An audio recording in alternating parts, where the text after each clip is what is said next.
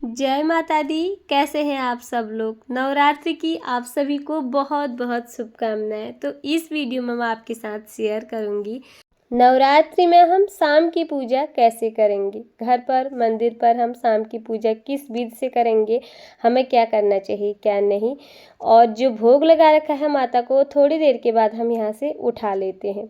सुबह की पूजा हो चुकी है, ये है शाम का समय। जो भोग सुबह लगाया था वो उठा देते हैं। वो भोग प्रसादी सभी लोग बांटकर घर में खा लेते हैं माता का प्रसाद समझकर।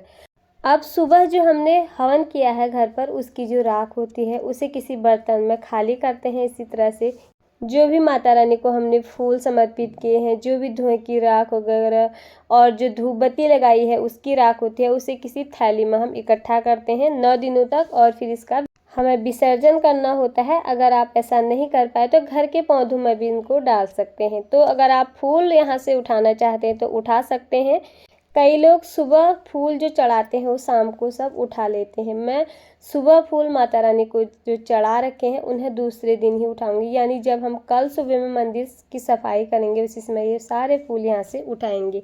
यानी मैं शाम को फूलों को नहीं उठाती, सुबह ही जब मंदिर की सफाई होती है तभी आज के चढ़ाए हुए फूल हम कल उठाएंगे। और एक दिन के फूल आप एक ही दिन यूज कर सकते हैं। आज के चढ़ाए हुए फूल हमें दूसरे दिन चढ़ाने नहीं होते हैं।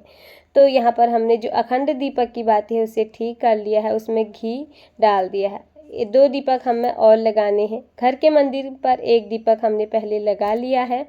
अब 1 दीपक हम तुलसी माता के सामने लगाएंगे और 1 लक्ष्मी दीपक जो मैं हर रोज लगाती हूँ अपने घर के मुख्य दरवाजे पर। अब यहाँ माता के सामने अखंड दीपक तो हमारा प्रज्वलित हो ही रहा है, उसके साथ ही हम 1 धूप बत्ती भी प्रज्वलित करेंगे। धूप दीप दोनों समय हमें माता रानी के सामने प्रज्वलित करना है। उसके बाद जो दीपक हमने लगाए हैं 2 घर में, वो हम 1 तुलसी माता के सामने, 1 मुख्य दरवाजे पर रखेंगे। अगर आपने माता रानी की चौकी अलग से लगा रखी है तो घर के मंदिर पर सबसे पहले पूजा करें। वहाँ पर धूप दीप प्रज्वलित करके जो भी इष्ट देव आपके हैं, आराध्य देव, उनकी पूजा करें।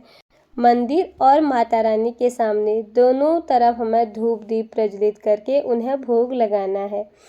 2 समय कम से कम माँ को भोग जरूर से लगाएं। जो भी आप ग्रहण कर रहे हैं, आप फलाहार ग्रहण कर रहे हैं तो फलाहारी माँ को भोग लगाएं, नहीं तो आप दूध, पंचमेवा, दही, दूध से बनी मिठाई, लड्डू, फल, किसी का भी भोग माँ को लगा सकते हैं।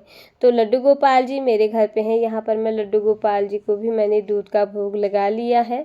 और माता रानी को दूध और लड्डू का भोग, शाम का भोग हो गया है, सुबह मैंने लगाया था फलों का भोग। और जो लड्डू गोपाल जी का भोग होता है उसमें तुलसी दल डाला जाता है। माता रानी और भगवान श्री गणेश जी के भोग में वो समर्पित नहीं किया जाता।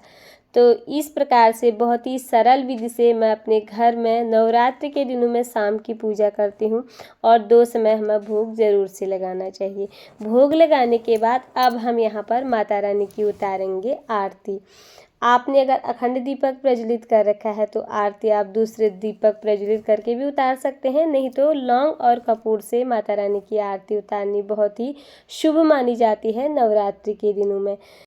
यहाँ पर मैंने 2 कपूर ले लिए हैं और 2 साबुत लौंग, यानी कि जो फूल वाली लौंग होती है वो हमें लेनी है। और उसके बाद ये प्रज्वलित करके घंट और शंख ध्वनि करके हम यहाँ पर प्रेम पूर्वक माता रानी की आरती उतारेंगे।